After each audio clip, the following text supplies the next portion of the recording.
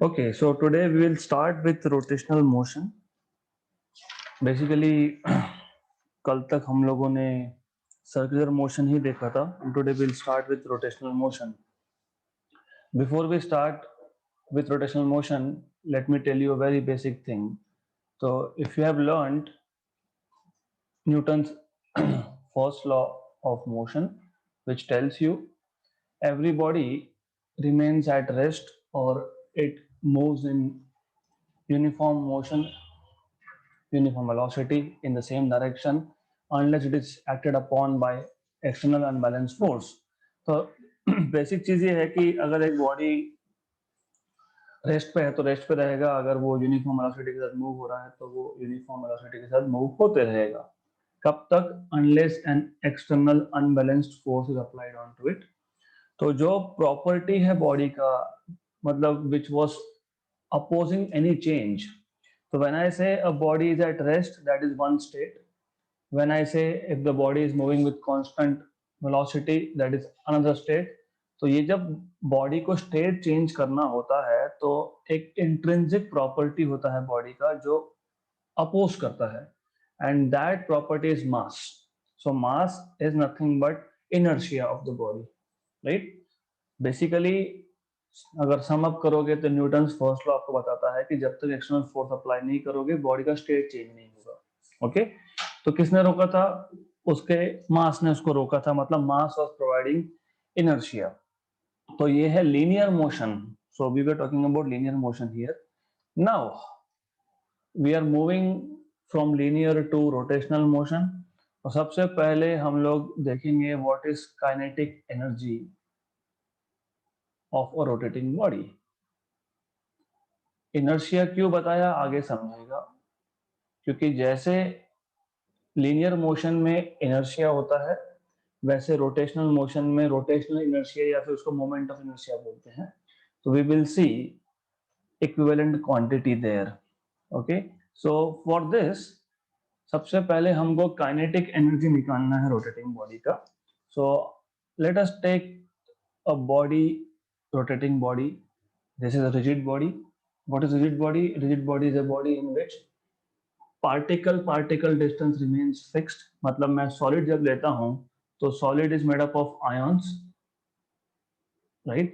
So ये जो inter atomic distance है ये हमेशा फिक्स रहता है irrespective of whether the body is rotating. मतलब vibrations नहीं होंगे in short. So rigid body is a body in which interatomic distance always remains constant. ऐसा क्यों बोल रहा हूं मैं? बिकॉज अगर ये बॉडी रोटेट होगा so it starts rotating, which means if I take this body overall तो ये रोटेट होगा. It starts rotating about some axis. तो रोटेशन के साथ साथ वाइब्रेशंस आ जाएंगे अगर बॉडी रिजिड नहीं होगा तो.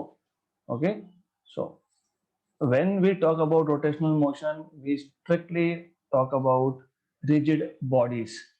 तो हम यहाँ पे एक rigid body ले रहे हैं. We have a rigid body. It is rotating about some axis, let us say this. Okay, passing through point O. So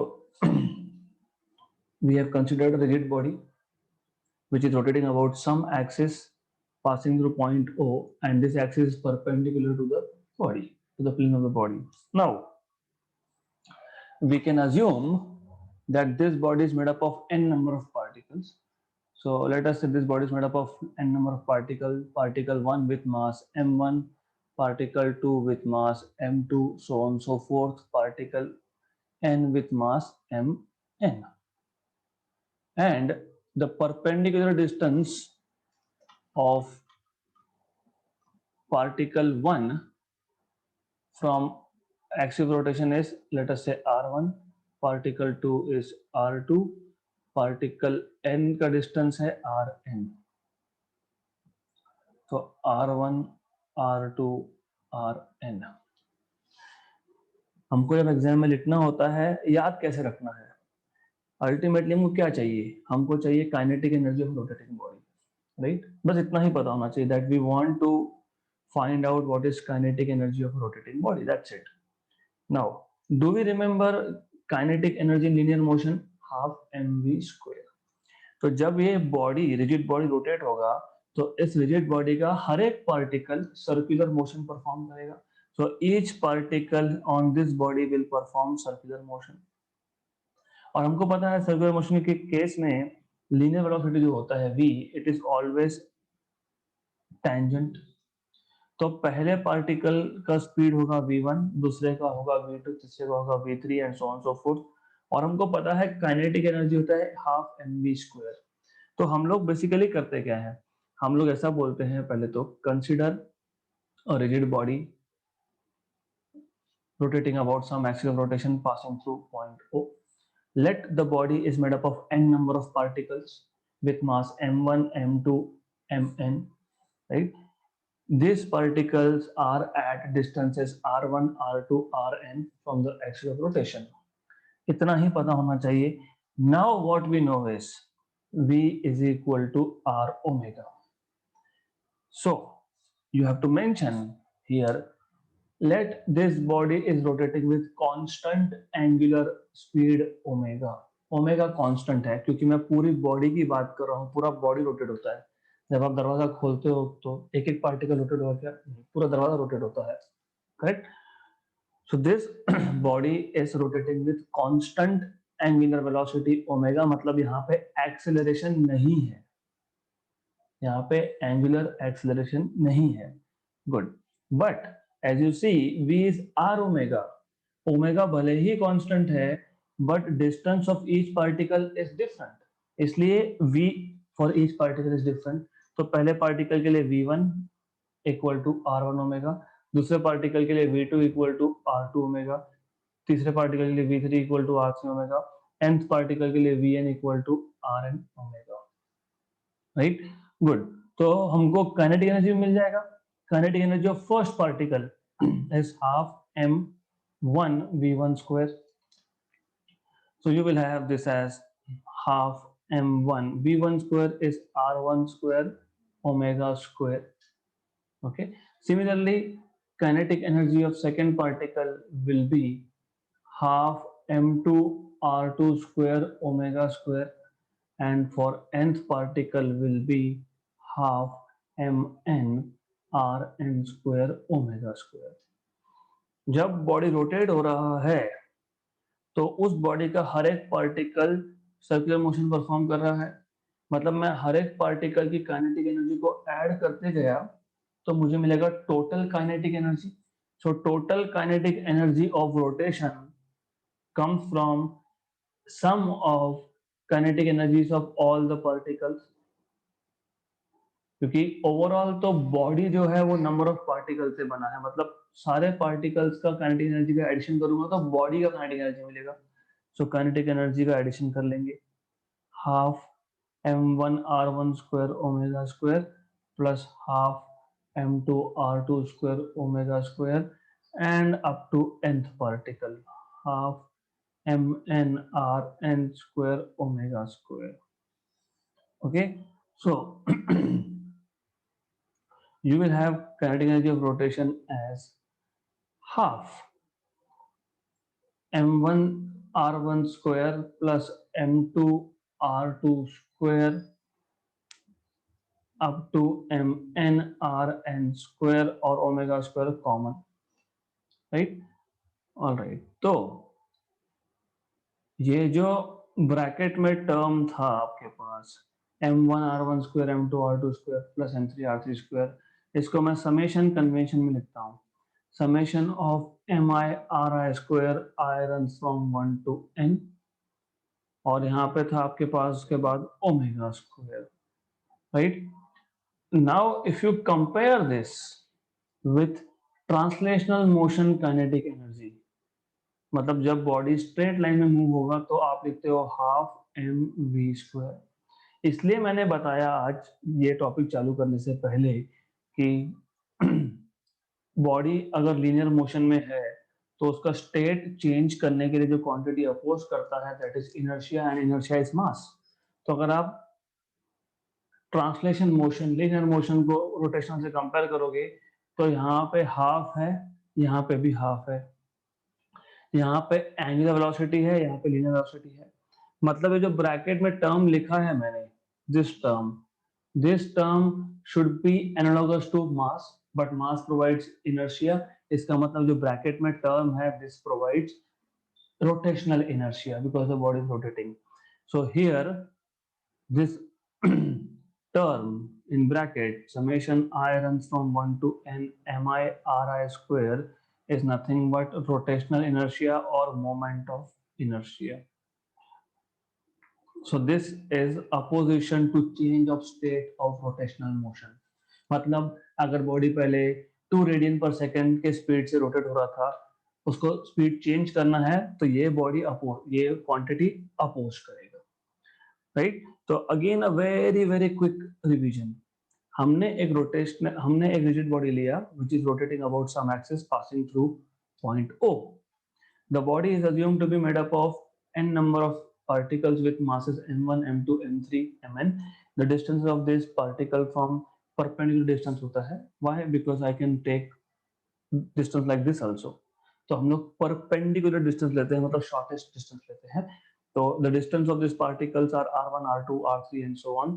The body is rotating with constant angular velocity omega.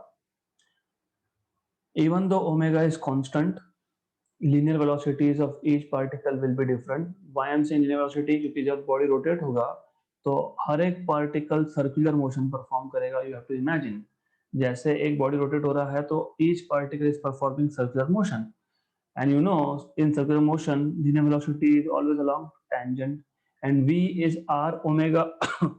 omega constant था but distances तो सबके अलग अलग ही है. हर एक particle अलग अलग distance पे है तो हर एक पार्टिकल का लीनियर वेलोसिटी अलग होगा. हमको फाइंड करना है what is rotational kinetic energy. जब बॉडी रोटेट हो रहा है मतलब हर एक पार्टिकल सर्कुलर मोशन परफॉर्म कर रहा है. अगर मैं हर एक पार्टिकल का काइनेटिक एनर्जी निकाल के उसका एडिशन करता हूं तो मुझे मिल जाता है total kinetic energy of the rotating body. हमने वही किया है यहाँ पे. तो v1 equal to r1 omega, v2 equal to r2 omega and so on so forth. Kinetic energy is half mv square. तो पहले पार्टिकल का हाफ m1 v1 स्क्वायर, तो which is half m1 r1 square omega square, क्योंकि मैंने v1 की जगह पे r1 omega substitute किया है. सिमिलरली आप second particle, third particle, nth particle का काइनेटिक एनर्जी निकालोगे. So total kinetic energy of rotation is addition of kinetic energy of each particle. हम लोग ऐड करते गए, देन ओमेगा स्क्वायर कॉमन निकाल लिया, हाफ कॉमन निकाल लिया, and we end up getting this last term here, half m1 r1 square plus m2 r2 square plus mn rn square omega square. So I am just writing that big term in the bracket in summation convention. और फिर हमने translation motion के साथ इसको compare कर लिया तो we observe that.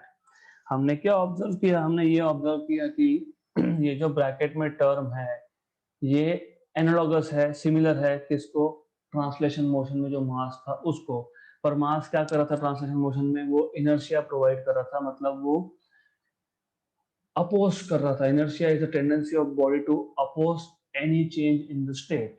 तो that MIRI square summation is providing inertia in rotational motion, इसलिए इसको बोलते हैं मोमेंट ऑफ इनर्शिया या फिर rotational inertia. So this is what you should be knowing. Okay, right. अब समेशन कब लिखते हैं हम? जब एक पार्टिकल यहाँ पे है, फिर दूसरा यहाँ पे, तीसरा यहाँ पे, चौथा यहाँ पे, मतलब डिस्क्रीट मास कॉन्फ़िगरेशन में. What is discrete mass configuration? एक जगह पे मास है, फिर कुछ नहीं है, फिर दूसरी जगह पे मास है, फिर कुछ नहीं है, फिर तीसरी जगह पे मास है. सो that is discrete mass configuration. But अगर हमारे पास कंटिन्यूअस मास हो, फॉर एग्जाम्पल लाइक दिस, ये पूरा मास कंटिन्यूअसली हमारे पास है, तो इस केस में हमने मोमेंट ऑफ इनर्शिया लिखा था समेशन के साथ. यहाँ पे हम लोग लिखेंगे इंटीग्रेशन के साथ. तो यहाँ पे आएगा इंटीग्रेशन r स्क्वायर dm. तो मोमेंट ऑफ इनर्शिया I का फॉर्मूला तो सेम ही आता है, it only varies according to the charge configuration. तो मास कॉन्फ़िगरेशन, अगर मास आपके पास डिस्क्रीट है तो समेशन लिखोगे, summation I run from 1 to n MIRI square. अगर मास कंटिन्यूसली डिस्ट्रीब्यूटेड है तो लिखोगे r square D m, integration r square D m, right. So this is the basic thing that you should be knowing. अब अगला topic जो important है that is radius of gyration.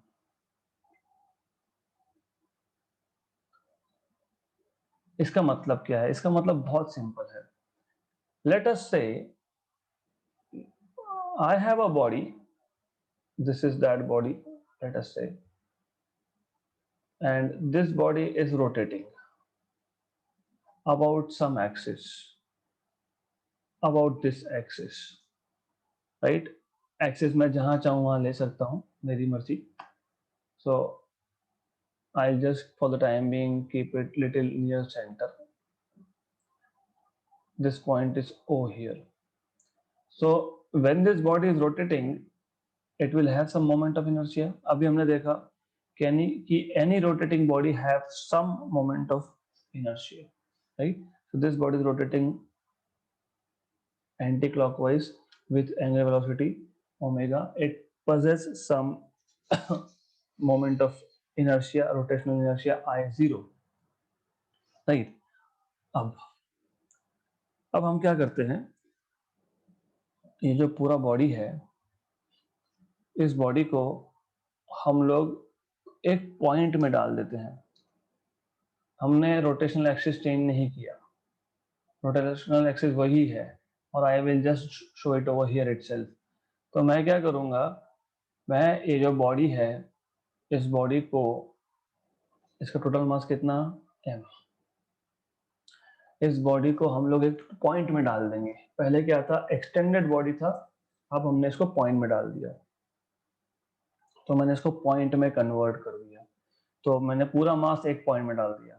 Now what I am doing is, अब ये जो body है, इसको मैं अलग अलग डिस्टेंस पर रख के देख रहा हूँ एक्सियल रोटेशन से, and by keeping it at various distance, I am making it perform circular motion.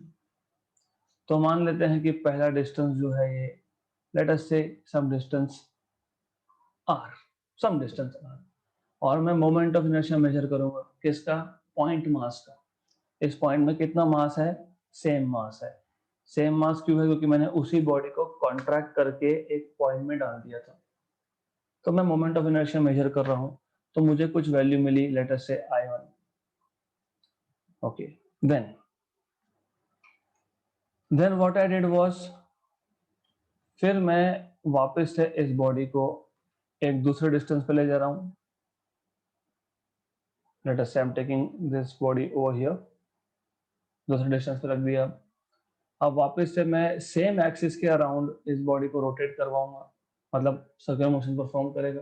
Point mass का रोटेशन मतलब सर्कुलर मोशन होता है, राइट? अब मैंने चेक किया, इस बॉडी का मोमेंट ऑफ इनर्शिया आ गया I2. ओके, फिर मैंने क्या किया, then I will take this body and keep it at some other distance, it can be anywhere.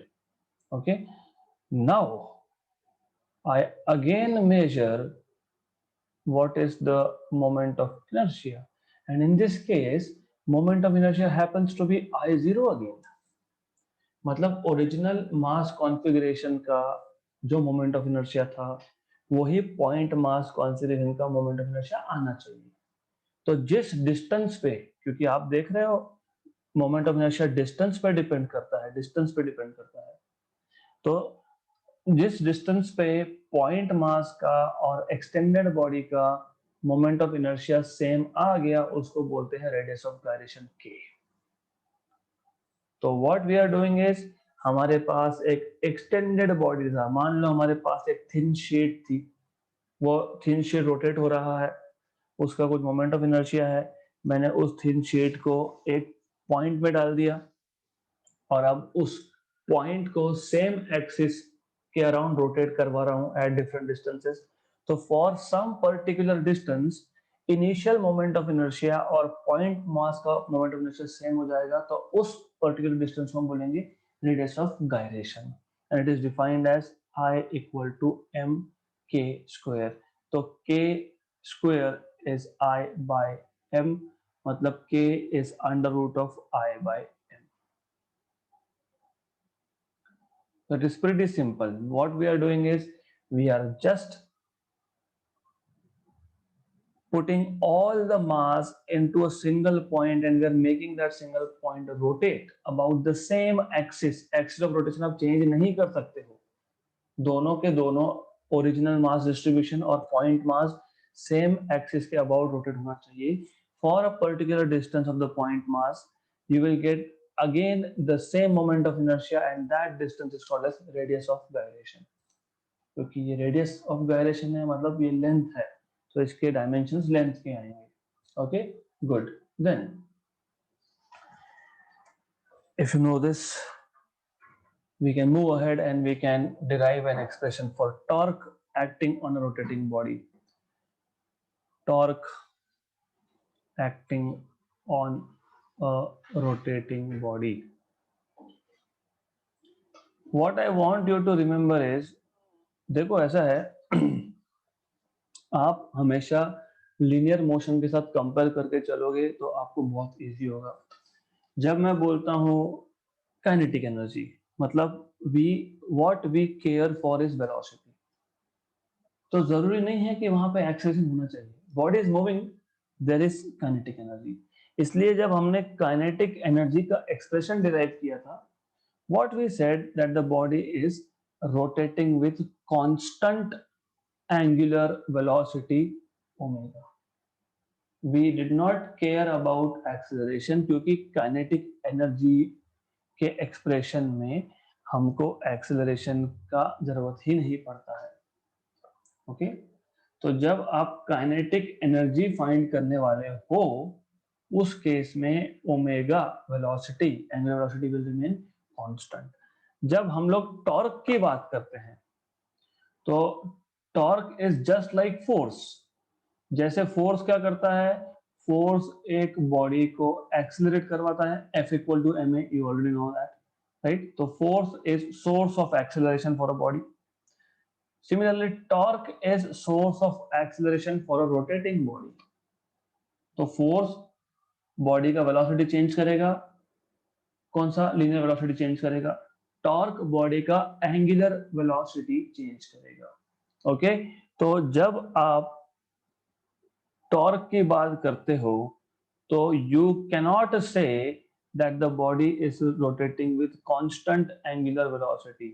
You have to say that the body is rotating with constant angular acceleration. Otherwise, अगर आपने बोल दिया the body is consider a rigid body rotating about some axis of rotation passing through point O with constant angular velocity, खत्म. The moment you say constant angular velocity, मतलब torque हो ही नहीं सकता, right? So here you should be specifying that the body is rotating with constant angular acceleration alpha. Okay, मतलब velocity omega जो है वो change हो रहा है, मतलब मैं यहाँ पे ओमेगा नहीं दिखा सकता because the moment I write down omega, इसका मतलब वेलोसिटी इज कांस्टेंट, राइट. तो ये पता होना चाहिए. गुड, बाकी सब सेम ही है. let the particle is made up of n, let the body is made up of n number of particles of mass m1, m2, mn. These masses are at perpendicular distances r1, r2, rn, so on and so forth, right?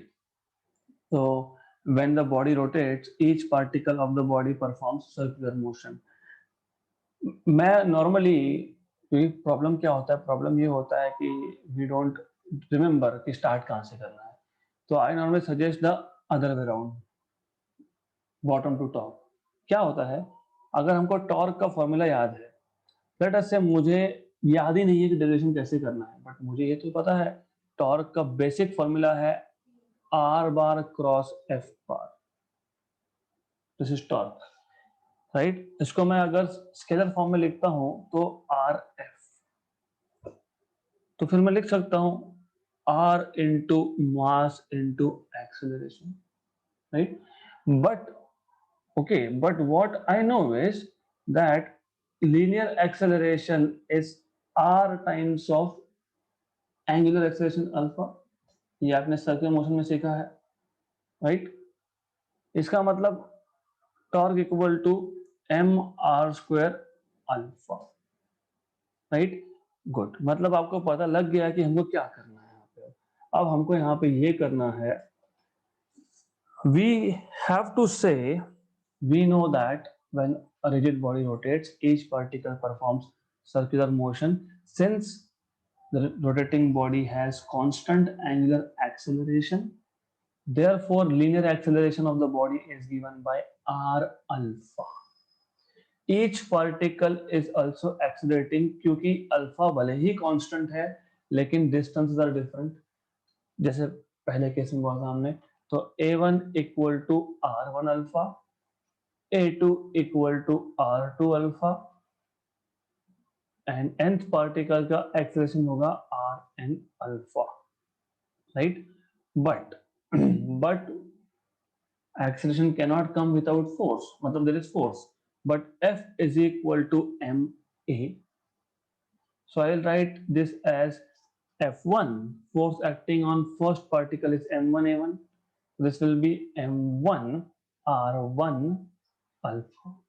Similarly, F2 will be m2 r2 alpha, and nth particle पे जो force होगा it will be mn rn alpha, right? But again we know that torque is r into f. तो पहले particle पे जो torque होगा r1 f1, मतलब ये आएगा r1 f1 is m1 r1 alpha, मतलब ये आपको मिल जाएगा m1 r1 square alpha. तो similarly torque acting on second particle is m2 r2 square alpha, n particle पे जो होगा mn rn square alpha. तो total torque acting on a rotating rigid body is torque on one, क्योंकि rotating rigid body is made up of all these particles. तो जो भी torque होगा वो सबका एडिशन आएगा, तो tau 1 plus tau 2 plus tau 3 up to tau n. तो ये आपको मिल जाएगा m1 r1 square alpha plus m2 r2 square alpha up to mn rn square alpha. So you will get this as m1 r1 square plus m2 r2 square plus mn rn square और alpha. This is moment of inertia. ये जो bracket में term हमने define करके रखा है, तो आ गया I alpha. So torque is I alpha. Now since alpha is vector, torque will be vector quantity. And units, देखो I मोमेंट ऑफ इनर्शिया क्या था, मास इनटू डिस्टेंस स्क्वायर, है ना, किलोग्राम मीटर स्क्वायर था। अल्फा क्या है, alpha is radian per second square, तो upon second square, kilogram metre square per second square, okay? तो ऐसा आता है उसका यूनिट, राइट? तो वेरी सिंपल थिंग, बहुत सिंपल था यहाँ पे। काइनेटिक एनर्जी फाइंड करते वक्त ओमेगा कांस्टेंट, टॉर्क फाइंड करते वक्त अल्फा कांस्टेंट। ऐसा अगर समझ के रखोगे तो दिस नथिंग, क्या लिखना है एग्जाम में, डायग्राम ड्रॉ करना है, फिर बताना है क्या है। Consider a rigid body rotating about in axial rotation passing through point O with constant angular acceleration. Assume that the body is made up of n particles of masses m1, m2, m3 and so on. These particles are at perpendicular distances r1, r2, r3, rn from the axial rotation. हो गया। Since the body is rotating, all these particles are performing circular motion about the same axis. लिखना शुरू करो। The acceleration of particles is given by a1 equal to r1 alpha, a2 equal to r2 alpha. फिर आगे derive करते जाओ, that's it. So no big deal in writing things,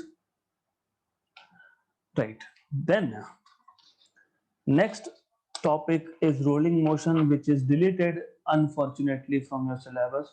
मैंने class में लिया था जब रेगुलर क्लासेस हुए थे हमारे, but it is important but it is deleted, so I can't help it, I have to leave. We'll quit that topic and we'll move ahead with, only for this year it is deleted, okay? So due to COVID. So next is theorem of parallel axis. या फिर parallel axis theorem.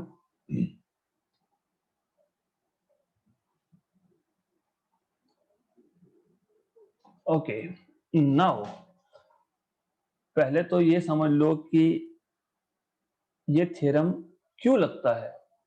मान लो हमारे पास एक body है, it can have any shape. Okay, I am just taking random shapes here. So I have a body of some random shape. I don't care if it looks like a disc or if it doesn't look like a disc. मुझे फर्क नहीं पड़ता, random shape body है। Okay, so let us take axis of rotation which is passing through center of mass. तो ये जो point है, this is centre of mass. Now normally what happens is, जो भी रियल लाइफ प्रैक्टिकल सिचुएशन में हम जो बॉडी लेते हैं, it can be a ring, it can be a disc, it can be a cylinder, it can be a sphere, hollow या फिर solid. These bodies जो भी मैंने बोला, अभी रिंग हो, डिस्क हो, स्फीयर हो, they are symmetric about centre of mass. इन सबका सेंटर ऑफ मास और ज्योमेट्रिकल सेंटर एक ही पॉइंट पे होता है। रिंग का ज्योमेट्रिकल सेंटर, अगर मेरे पास एक रिंग है, रिंग का ज्योमेट्रिकल सेंटर यहाँ पे, सेंटर ऑफ मास भी यहाँ पे। मेरे पास अगर डिस्क है लाइक दिस, उसका ज्योमेट्रिकल सेंटर सी पे और सेंटर ऑफ मास भी सी पे, राइट। मेरे पास अगर एक स्फीयर है, उसका ज्योमेट्रिकल सेंटर और centre of mass again they coincide. Now normally क्या होता है, because they are symmetric, symmetric मतलब हर डायरेक्शन में सेम डिस्ट्रीब्यूशन है, तो ऐसे बॉडीज के केसेस में moment of inertia I about centre of mass निकालना बहुत इजी होता है। क्यों इजी होता है? Formula, integration over R square D M. मतलब हम लोग क्या करते हैं, हम लोग बोलते हैं कि चलो यहाँ पे डीएम ले लेंगे, ओके, फिर उसके अपोजिट डायरेक्शन में भी एक डीएम हो, क्योंकि सिमेट्रिक मास डिस्ट्रीब्यूशन है। अगर मैं यहाँ पे एक डीएम स्मॉल मास एलिमेंट लेता हूँ, तो यहाँ पे भी एक स्मॉल मास एलिमेंट है। तो इसको जब इंटीग्रेट करते हैं तो इंटीग्रेशन बहुत सिंपल सिंपल आता है। तो हमको नॉर्मली आईसी पता होता है या फिर पता करना इजी होता है। अब if I want to find out what is moment of inertia about some other axis which is parallel to the axis passing through center of mass, मान लो मेरे पास ये एक पॉइंट है O, मुझे यहां से मोमेंट ऑफ इनर्शिया फाइंड करना है। Body can rotate about any axis, body को मैं सेंटर से रोटेट करवा सकता हूँ, मैं चाहूँ तो बॉडी को एक साइड से रोटेट करवा सकता हूँ, जस्ट लाइक दिस।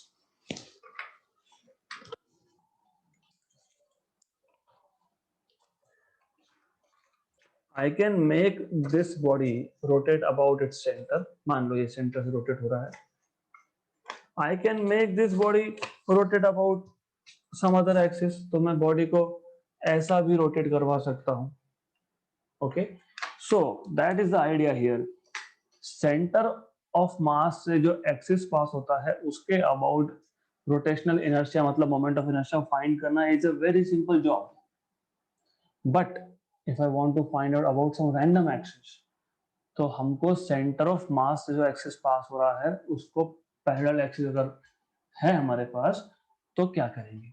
सबसे पहले हम एक पॉइंट पी ले लेंगे, यहाँ पे एक मास एलिमेंट डीएम डिफाइन कर देंगे। हम बोलेंगे consider a point P, let there is a small mass element DM. Mass element मतलब छोटा सा मास। अब let us take distances now. So let's say कि ओ पॉइंट से इसका डिस्टेंस है, मान लेते हैं आर, और यहाँ से है आर जीरो, या तो उल्टा कर लो, कोई फर्क नहीं पड़ता। और इन दोनों पैरेलल एक्सिस में डिस्टेंस है H. So let us say the distance of dm small mass element at point P is r0 from point O, is r from center of mass, and the distance between two parallel axes is h, right?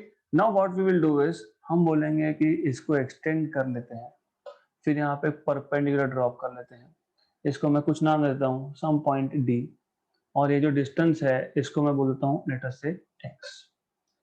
तो what is our job? Our job is to find out I0, moment of inertia about point O. So what we can do is, सबसे पहले as you see from the diagram, यहाँ पे ये जो triangle है कौन सा ODP, this is a right angle triangle. So from triangle ODP, from triangle ODP, I can use Pythagoras theorem, OP square equal to OD square plus DP square, right?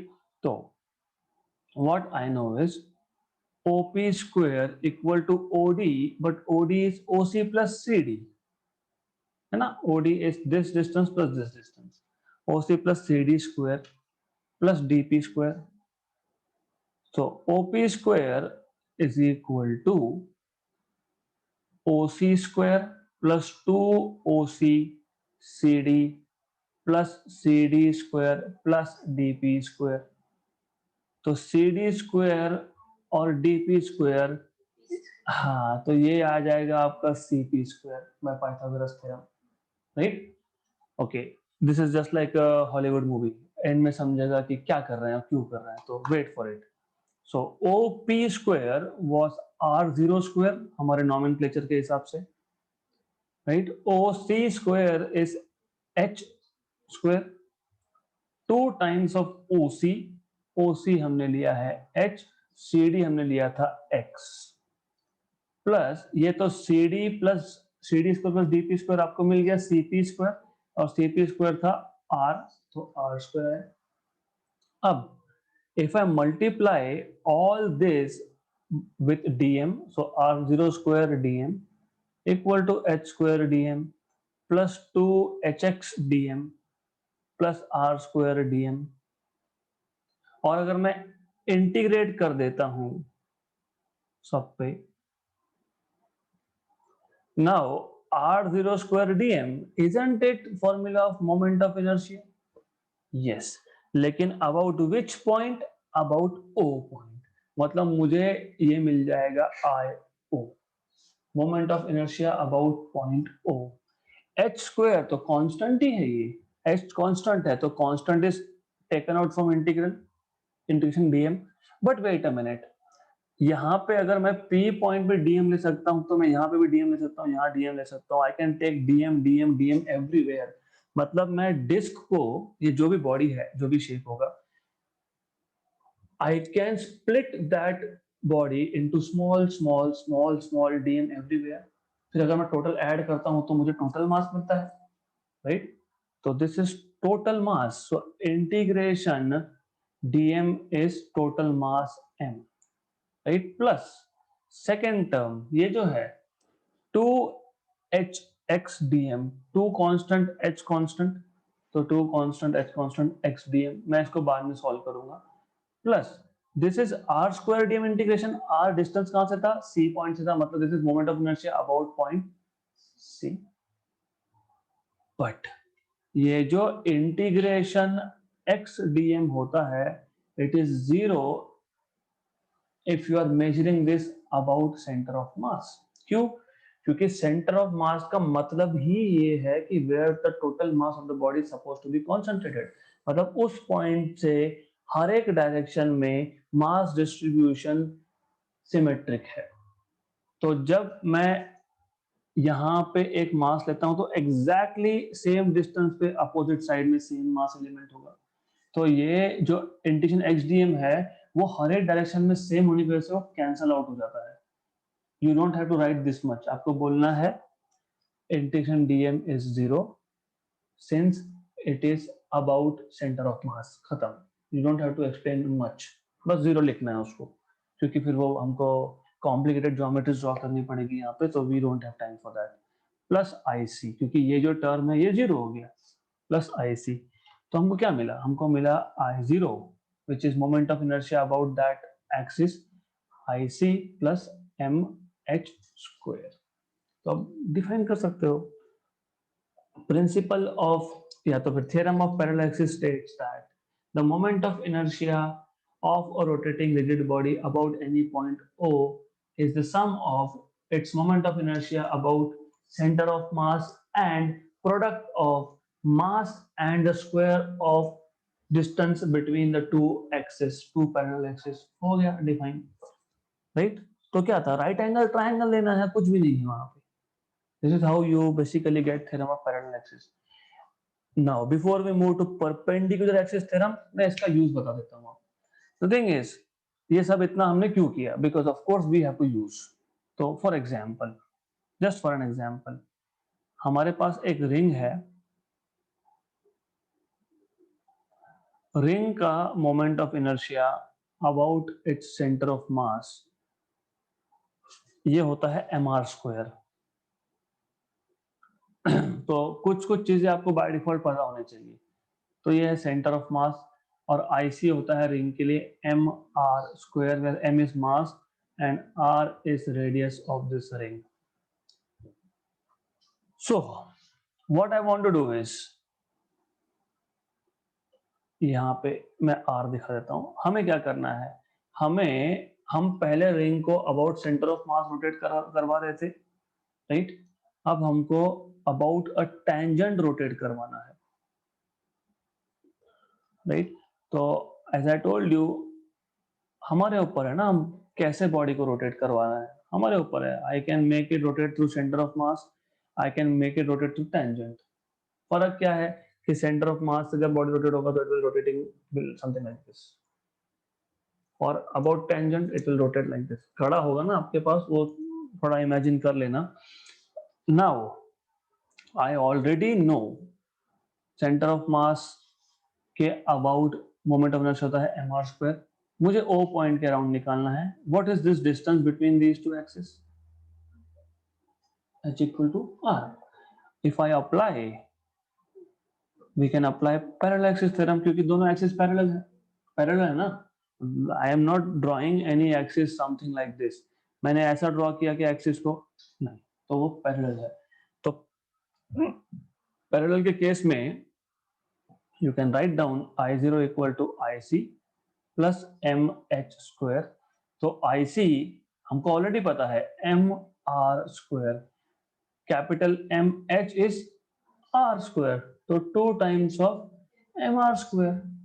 अगर यही disc होता तो यहाँ पे 2 होता, यहाँ पे 2 मतलब यहाँ पे 2, तो 1 plus half, 1 plus half is 1.5, that is 3/2। तो ये 3/2 आ जाता है उस केस में, right। So this is the power of parallel axis theorem। So for parallel axis theorem, the two axes must be parallel। Clear? हम लोग देखेंगे बहुत सारे बॉडीज का केस आगे जाके। Now you have theorem of perpendicular axis।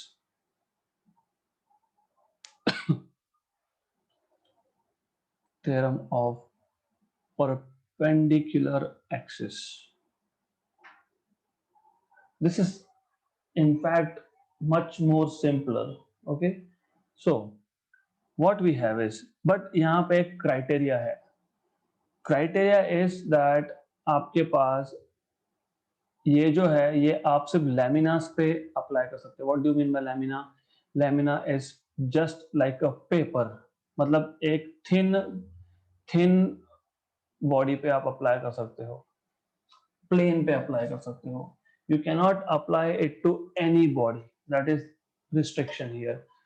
तो और एक कंडीशन है, वो कंडीशन ये है, फॉर एग्जाम्पल डिस्क का केस लोगे तो और भी बेटर, क्योंकि एग्जाम्पल हमारा वहां पे हो जाएगा। But anyways I just tell you derivation of it. और एक कंडीशन ऐसी है कि यहाँ पे जो मैं 3 एक्सिस ड्रॉ करने वाला हूँ, let us say this is X axis, तो body can rotate about X axis, है ना। Where is paper, this is that x axis, so I can make the body rotate about x axis, right? Good. I can make the body rotate about y axis also, तो y axis यहाँ पे आया। तो ऐसा भी मतलब ये x axis के अबाउट रोटेशन था, ये y एक्सिस के अबाउट रोटेशन है बॉडी का, राइट? या फिर मैं सेंटर से अगर एक्सिस पास कर देता हूं तो I can make it rotate about centre also, so I can make it rotate about z axis also. तो सेकेंड कंडीशन ये कि जो भी एक्सिस हम लोग ले रहे हैं वो म्यूचुअली परपेंडिकुलर होना चाहिए. तीसरा कंडीशन, वो कॉन्करेंट होना चाहिए. कॉन्करेंट मतलब पासिंग थ्रू सेम पॉइंट. देखो तो सबके सब जो है they are passing through some point O. Now just for the sake of clarity थोड़ा सा मैं इसको शिफ्ट कर देता हूं. ठीक है, doesn't matter. I don't care how it looks like. Right. हमारा जॉब यहाँ पे ये है कि हमको about z axis moment of inertia find करना है. हमारे पास x एक्सिस के अबाउट और y एक्सिस के अबाउट मोमेंट ऑफ इनर्शिया की वैल्यूज नोन है. Okay, I want to find out what is the moment of inertia of a plane lamina about an axis which is passing through the lamina and perpendicular to it, because z axis perpendicular, right? So by definition iz turns out to be ix plus iy. ये prove करेंगे हम. This is principle of perpendicular axis. It tells you the moment of inertia about an axis perpendicular to the plane of the lamina is equal to the sum of moment of inertia about two mutually perpendicular concurrent axis. क्योंकि concurrent भी है वो mutually perpendicular भी है, and in the plane of lamina. Ix और Iy कहाँ था? X और Y axis कहाँ था? Plane lamina के plane में था. हो गया definition statement. Why do we have to worry about so much? जो समझा है वो लिखो. That is why I keep on saying physics रटने वाला सब्जेक्ट नहीं है. डोंट गो बिहाइंड रटाफिकेशन. कभी स्कोर नहीं कर पाओगे अगर आप रटने गए तो. Anyways, same logic applies. I will take any point P और वहां पे एक मास dm रख दूंगा. At point P I am taking mass dm. फिर what I'll do is I'll connect this point P with point O, मतलब जहां पे वो तीनों एक्सिस मीट होने वाले हैं. फिर मैं P पॉइंट से x एक्सिस पे परपेंडिकुलर ड्रॉप करने वाला हूँ. फिर मैं P पॉइंट से y एक्सिस पे परपेंडिकुलर ड्रॉप करने वाला हूँ. राइट. तो नोमेनक्लेचर कर लेते हैं. इसको बोल देते हैं पॉइंट N, इसको बोल देते हैं point M. What happens, this distance is y and this distance is x. ये x आएगा क्योंकि ये x एक्सिस पे तो उसको पैरेलल x आता है. Okay, don't get confused, right? So now again, if I say from diagram, if I take any triangle, इन दोनों में से एक triangle ले लूंगा मैं, तो I'll say from diagram OP square equal to PM square plus MO square. OP, PM, MO, right? Pythagoras theorem. But OP इसको मैं बोल देता हूं R square. PM, P से M is y square, M से O is x square. Again multiply by dm on both sides and then integrate. But this is definition of moment of inertia, right? अब यहाँ पे थोड़ा सा problem create होता है. क्यों? क्योंकि you need to imagine here, ये जो r डिस्टेंस है ना, this r distance is with respect to z axis, perpendicular distance from z axis, correct? तो मतलब ये जो r square dm आया, this is moment of inertia about z axis. y square dm मतलब ये जो डिस्टेंस है आपका y, यस, तो ये y डिस्टेंस है perpendicular distance from x axis. तो ये आ गया आपका ix और x जो डिस्टेंस है this is perpendicular distance from y axis, तो ये आ गया IY and hence you have proved it. तो ये ज्यादा सिंपल है कंपैरेटिवली, राइट। तो इसका एप्लीकेशन देख लेते हैं। मैं सेम ही केस लेता हूँ, डिस्क रिंग ही ले लेता हूँ so that you can relate. So now I don't need this, I don't need this. Alright, तो हमारे पास एक रिंग है और डेफिनेटली ये z एक्सिस है और हमको पता है this is mr²। We have to find out what is moment of inertia about diameter. Diameter मतलब ये डायामीटर है और ये भी डायामीटर है ना। रिंग का डायामीटर तो ये डायामीटर है, तो आप बोलोगे तो रिंग का ये भी डायामीटर है, फिर है diameter. Diameter is a line which connects two diametrically opposite points, तो कहीं भी ले सकते हैं वो line. It should just pass through centre, right. तो if you see this is x axis, this is y axis, this is z axis. तो हमको रिंग के केस में ऑलरेडी पता है, क्या पता है? Moment of inertia of the ring about center of mass passing through its center of mass, of course perpendicular to the plane, that is mr², ये पता है। now हमको Ix और Iy की वैल्यू फाइंड करनी है, but first of all Ix and Iy will be equal because they both are passing through diameter which will be ID। फिर हम बोलेंगे let's apply perpendicular axis theorem, Iz equal to Ix plus Iy। Iz तो Ic है, centre of mass के about है, Ix तो Id है, Iy भी Id है, तो मुझे मिलेगा Ic is equal to 2Id। मुझे Id मिल जाएगा Ic बाई 2 और Ic था mr², तो मिल गया हमको about diameter, right? This is moment of inertia of a ring about its diameter। अगर डिस्क का केस होता तो ये रिंग का केस है, डिस्क का केस होता तो सेम ही है, अब एक्सेप्ट फॉर मतलब आप ID equal to IC by 2 तक तो सेम ही रहेगा, सिर्फ IC जो होता है डिस्क के केस में mr² बाई 2 होता है, मतलब उस केस में यस mr² बाई 2 मतलब mr² बाई 4 आएगा उस केस में,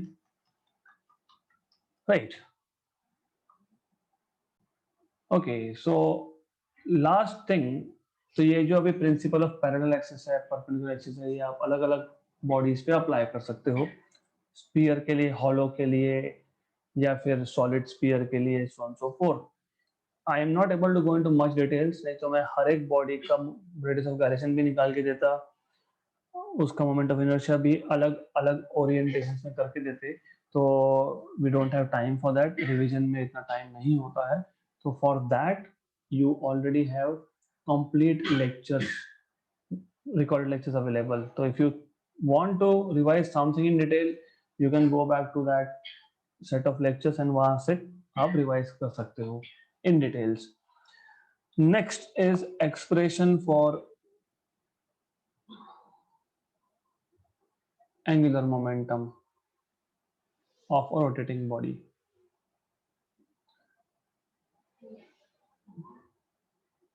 of a rotating body, तो जैसे आपने काइनेटिक एनर्जी फाइंड किया, then you found out torque, वैसे आप L फाइंड कर सकते हो, मतलब एंगुलर मोमेंटम, और ये बहुत सिंपल है। वापस you have to do the same thing, so I am just copying that diagram figure.